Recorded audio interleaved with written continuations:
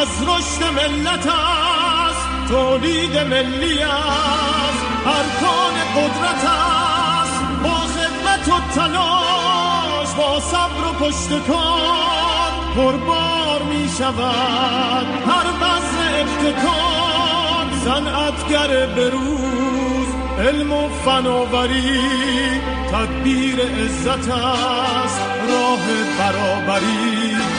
ایران مستقل با صنعتی نوین، هر جا و هر زمان نامی سخنی.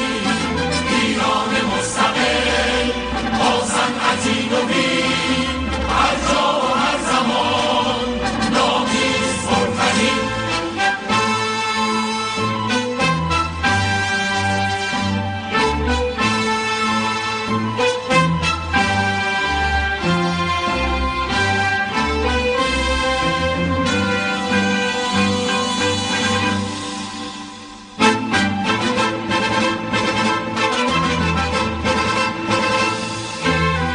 سرزمین پر است از گنج‌های بکر، از کشف قلب خاک تا اختراع و فکر.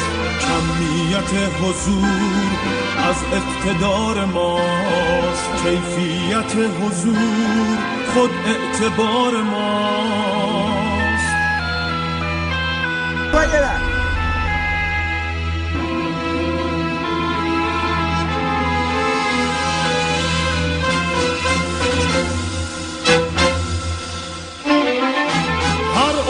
ماندگار از دانش است و فن، اندیشه های تو انگیزه های من. دنیا رقیب ماست اما کنار ما، سرمایه‌ای بزرگ در اختیار ما.